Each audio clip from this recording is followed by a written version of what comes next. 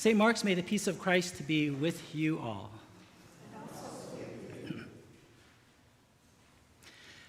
This morning we are starting a new sermon series, and to introduce our theme, I thought it would help to use a little bit of humor to get us started. So let's begin.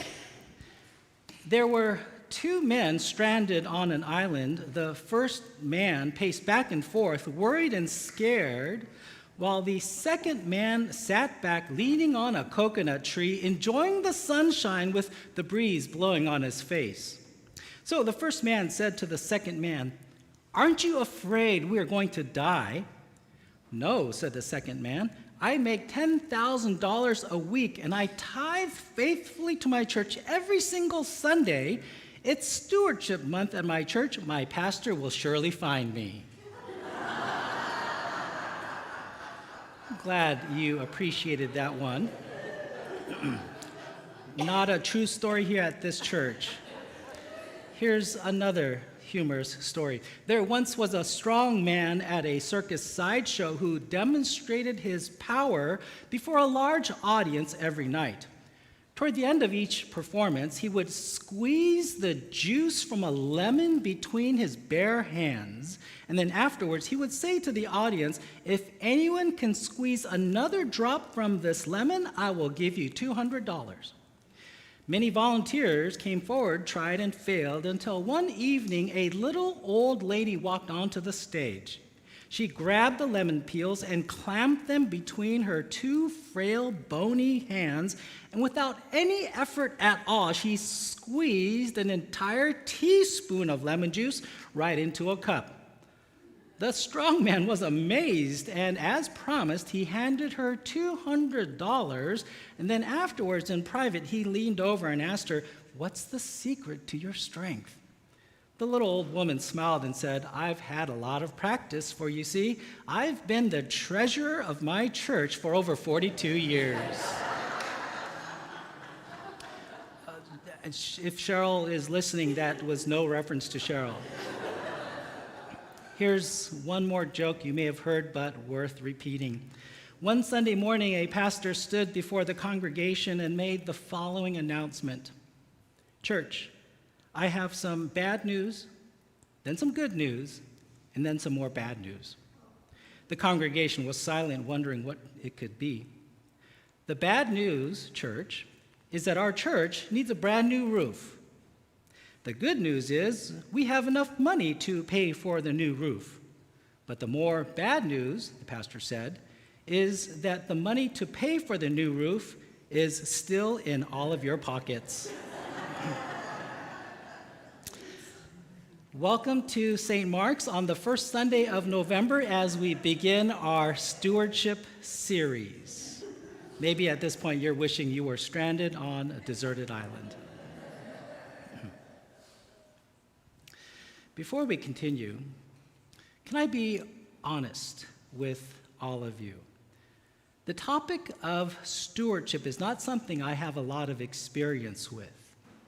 In seminary, there were no classes on stewardship that seminarians were eager to sign up for. And in the first two churches I have served at, there wasn't even a stewardship committee, and they didn't use pledge cards.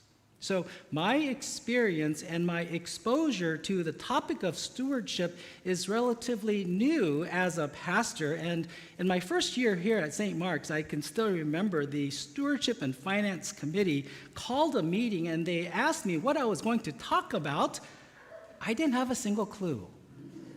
So I had to ask other pastors who served in churches where they do talk about stewardship, "What are you guys talking about?" And I quickly realized that depending on the financial situation and health of that particular church, the topic of stewardship can be a very uncomfortable topic, or it can be well received. Fortunately and thankfully, in the time that I have served here at St. Mark's, we have been blessed with decades of faithful stewardship blessed with wise leadership, blessed with a generous congregation, so that as the pastor, have to talk about stewardship, it's not trying to squeeze juice from a lemon that's already been squeezed, or trying to guilt the congregation to opening up their checkbooks to pay for a brand new roof, but it's a time to be thankful and a time to say thank you to all of you for being faithful stewards.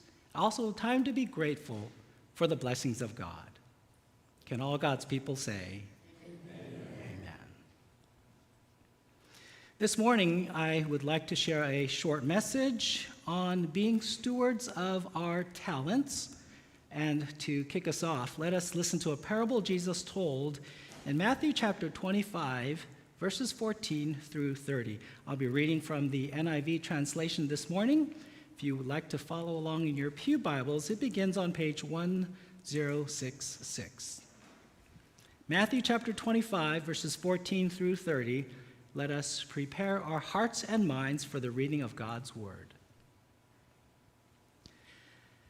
The parable of the talents. Again, it will be like a man going on a journey who called his servants and entrusted his property to them. To one he gave 5 talents of money, to another 2 talents, and to another 1 talent, each according to his ability. Then he went on his journey.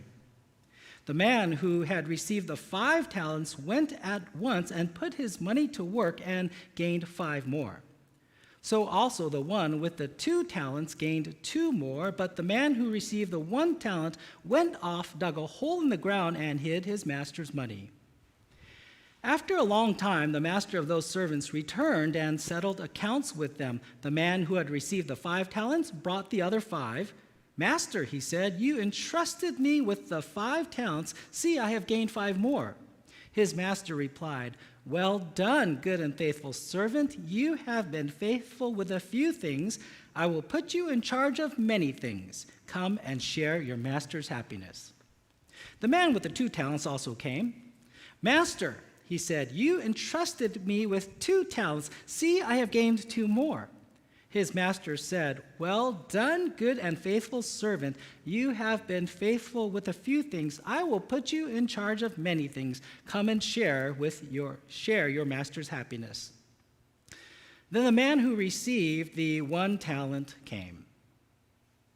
Master, he said, I knew that you are a hard man, harvesting where you have not sown and gathering where you have not scattered seed. So I was afraid and went out and hid your talent in the ground. See, here's what belongs to you.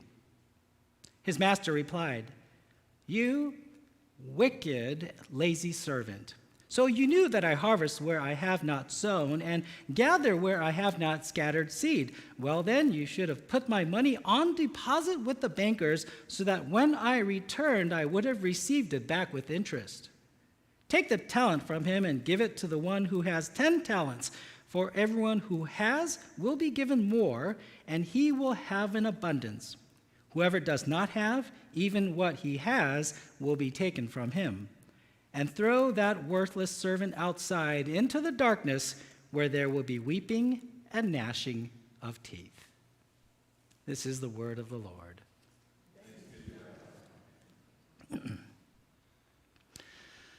For the past few weeks, my wife and I, we were in Paris, France, and for the most part, we were able to pay for things electronically using Apple Pay or oftentimes with our own credit cards. But there were several occasions when we had to pay with actual paper coin euros. That's the currency they use in France as well as all over Europe. It's the euro. So when we had to pay with actual euros, I had to reach into my pocket and pull out a handful of coins as well as some paper currency and try to come up with the exact amount.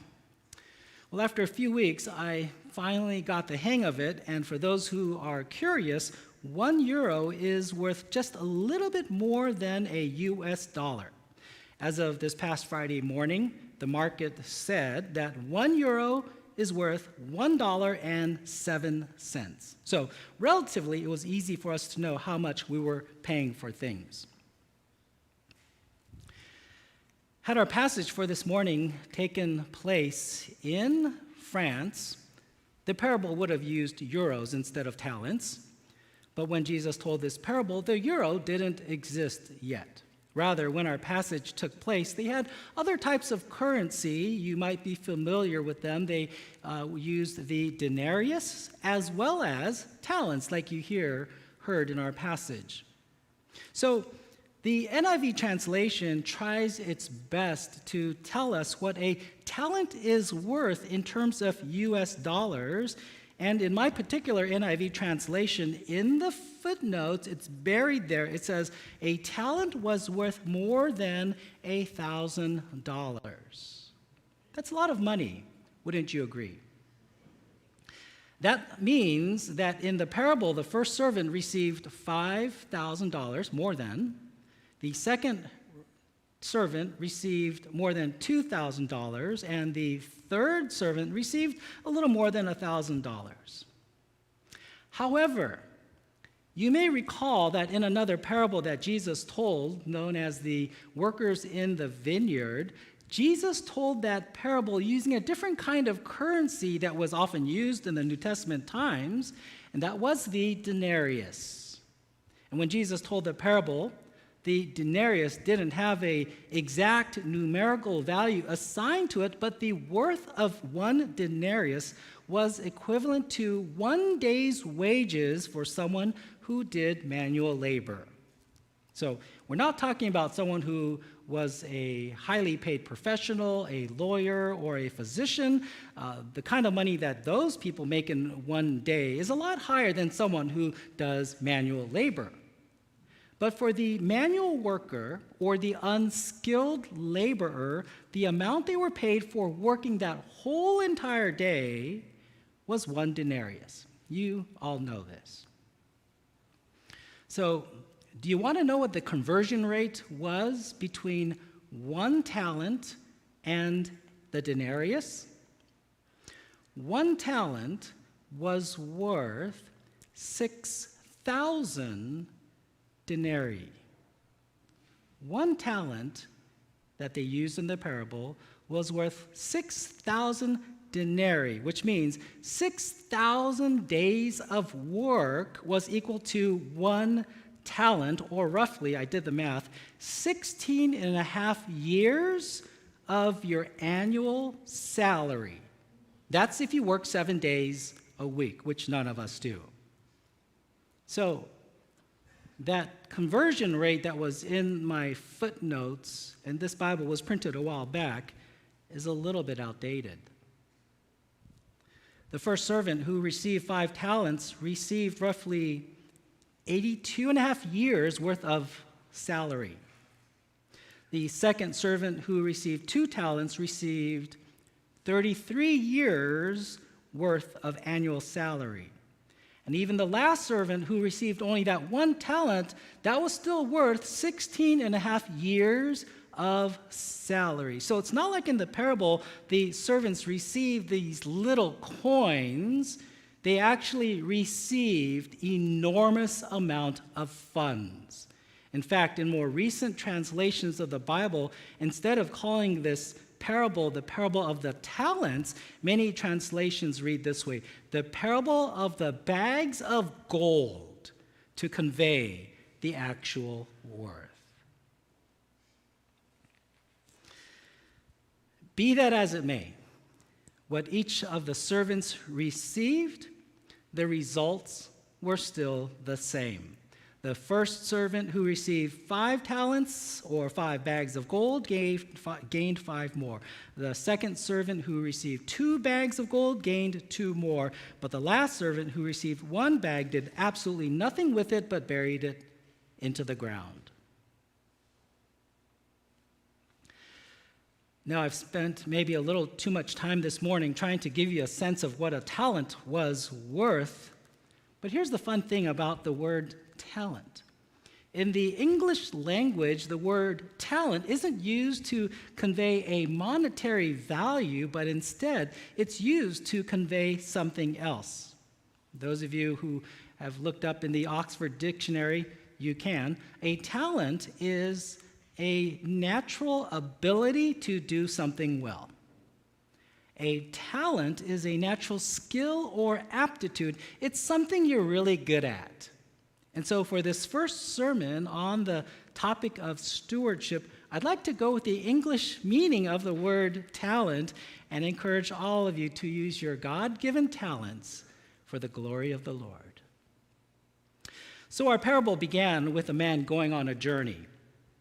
But before he left, he gave each of his 3 servants a certain amount of talents based on their ability. What I like about and appreciate about how this parable began is that every single person received at least 1 talent. Some received more, some received less, but everyone started with a talent. The very same thing can be said about all of us here today. Everyone has a talent. Everyone has at least 1 talent. Everyone has at least 1 ability, something you're good at, and it might be something you were just born with or something God gave to you later on. A skill or an ability, whether it's uniquely yours or something you have in common with other believers. For example, Joseph's talent, Joseph from the Old Testament, Joseph's talent was that he was able to understand dreams. He had a knack for it. He could listen to anyone tell him what their dreams were about, whether they were a cupbearer, a baker, or even Pharaoh himself. He was able to explain what that meant. That was Joseph's talent. I had a dream 2 nights ago, and the first thing I did when I woke up, I told my daughter and my wife what that dream was, and they both just said, "Oh, that's weird." So that's not a talent that any of us have in our family. David's talent, again, David from the Old Testament, was that he was gifted with words. He was a poet. He was a poet who wrote many of our psalms that are recorded in our scriptures that is still used in many worship services today. His musical abilities were even known to have comforted Saul, who was troubled and disturbed when he was the king. Another one of David's talent was that he just had a knack for staying alive. He was able to evade death's approach. He was able to stay out of harm's way. Other people in the Bible had different kinds of talents. The woman Naomi in the Old Testament, her talent, giving great advice. In particular, the advice she gave to her daughter-in-law Ruth on how to glean in the fields and how to catch Boaz. Then there was Jethro, also in the Old Testament. He was the father-in-law of Moses. His talent was also that he gave great advice on how to deal with all the cases and all the complaints that people brought before him when they were wandering in the wilderness. Barnabas in the New Testament had a knack for making introductions. He was the one who introduced Saul, who became Paul, actually to the apostles, when, if you remember, no one wanted to be near Saul at the time. Martha, also in the New Testament, had a knack for being able to scan the whole entire room and see what needed to be done. Moses had a knack for being able to lead an entire nation through the wilderness without a compass or GPS positioning. And if you look at the Bible, it's filled with men and women who were blessed with all kinds of talents. Some were good with words. Others were good with music. Some could speak many languages. Others had great leadership. In Romans chapter 12, verse 6 and 8, Paul wrote the following words: "We have different gifts, according to the grace given to each of us. If your gift is in prophesying, then prophesy in accordance with your faith. If it is in serving, then serve. If it is in teaching, then teach. If it is in encouraging, then give encouragement. If it is giving, then give generously. If it is to lead, do it diligently. If it is to show mercy, do it cheerfully." God has given to all of us a talent. Do you know what yours is? There's an author by the name of Ed McManus, who has written a lot on the topic of leadership. And in an article he wrote, he explained how he assigns people to particular tasks at work. He wrote this: "You leave a group of people in a conference room for 4 hours, then you go back to see what they're doing. If they don't look up when you enter the room, assign them to security department.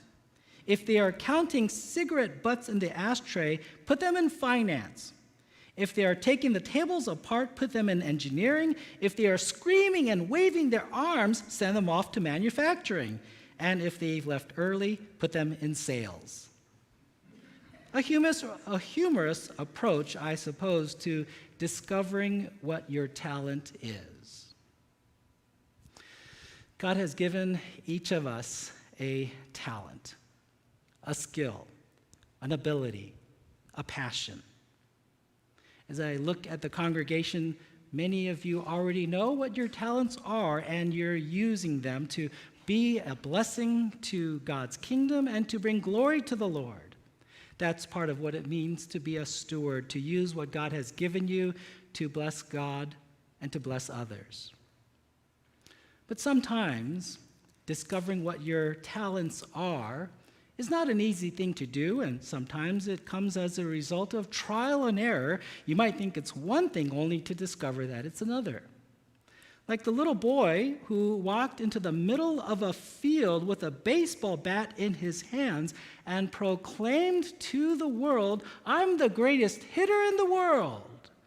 But after throwing a baseball up in the air and swinging and missing every time the ball came down, that's when it dawned on him he wasn't the greatest hitter in the world, but rather he was the greatest pitcher in the world. If you want to be a good steward, you have to start with discovering what your talents are. The second step has to do with developing your talent. In the parable of the talents, after the landowner gave each servant a certain amount of talents, the first 2 servants went out and did something with their talents, while the last servant simply buried it in the ground. In the very same way, when God gives you a talent, you have to put that talent to work. You have to exercise it. You have to utilize it. You have to invest in it. Otherwise, if you just bury it in the ground, it won't do anything. There's an interesting story in the Bible about the time the disciples couldn't cast out this demon. In Matthew chapter 17, the story is told that a father brought his demon-possessed son to the disciples, hoping that they could cast it out, but they couldn't. So Jesus stepped in and did what the disciples couldn't, and then later explained to the disciples, "Because you have so little faith. Truly I say to you, if you have faith as small as a mustard seed, you can say to this mountain, 'Move from here to there,' and it will move. Nothing will be impossible for you."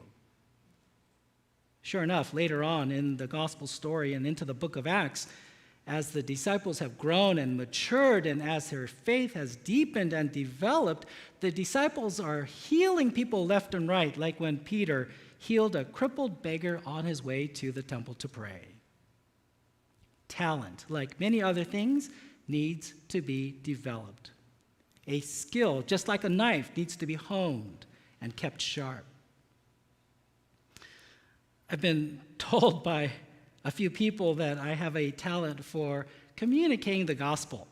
That's one of my pastoral talents. It's preaching. But let me tell you, this is a talent that I have to constantly work on every single week. And this past week, after being away from the pulpit for 3 weeks, I feel as dull as an old butter knife. Even trying to come up with this first sermon in this stewardship series was a very difficult exercise. I even changed the scripture passage Thursday morning. Debbie only knew that. Now you all do. Talent needs to be developed, honed, sharpened, put to work, just like in the parable. What God gives you has to be taken out of the box and then used for God's glory. If God has given you a talent, you don't just put it on the shelf to collect dust. If God has given you an ability, you don't just keep it to yourself. You have to keep at it. You have to keep using it for God, and after time, that talent will start to grow. So, discover your talents, develop your talents, and lastly, dedicate your talents. Our parable comes to an end where each of the three servants has to show what they did with what they were given. Master, you entrusted me with 5 talents. See, I have gained 5 more. Master, you have entrusted me with 2 talents. See, I have gained 2 more. They gave something back to show what they did with what they were originally given. Look, Lord, this is what I've done with what you've given to me. Jesus told this parable about a man whose crops did exceedingly well, known as the parable of the rich fool. In that parable, the ground of a certain rich man, we are told, yielded an abundant harvest. So the man thought to himself, "What shall I do? I have no place to store my crops." Then he said, "This is what I'll do. I'll tear down my barns and build bigger ones, and there I will store my surplus grain. And then I'll say to myself, 'Self, you have plenty of grain laid up for many years. Take life easy, eat, drink, and be merry.'" Jesus told that parable not as a warning against eating, drinking, or being merry, but as a reminder that as you enjoy all that God has given you, remember to give thanks to the Lord. To dedicate a portion that represents and reflects your gratitude, and to give back to God a portion and a measure of thanks. 2 Sundays from now, on the Sunday before Thanksgiving, during our worship service, we will be setting up a harvest table. And on that Sunday, we encourage all of you to bring a harvest offering as an expression of thanks, to dedicate back to God all that God has given to us, and to show to the Lord, "Look, Lord, what I've done with all that you've given to us." The harvest offering is symbolic. I don't think we have any farmers here in our congregation, but if you actually grow things and want to bring something that you've grown in your backyard, you're more than welcome to. But in the spirit of gratitude, we will dedicate that harvest offering. And when we do, may we hear, like in the parable, God saying to us, "Come and share in the Master's happiness. Come and share in the Master's happiness." And all God's people said,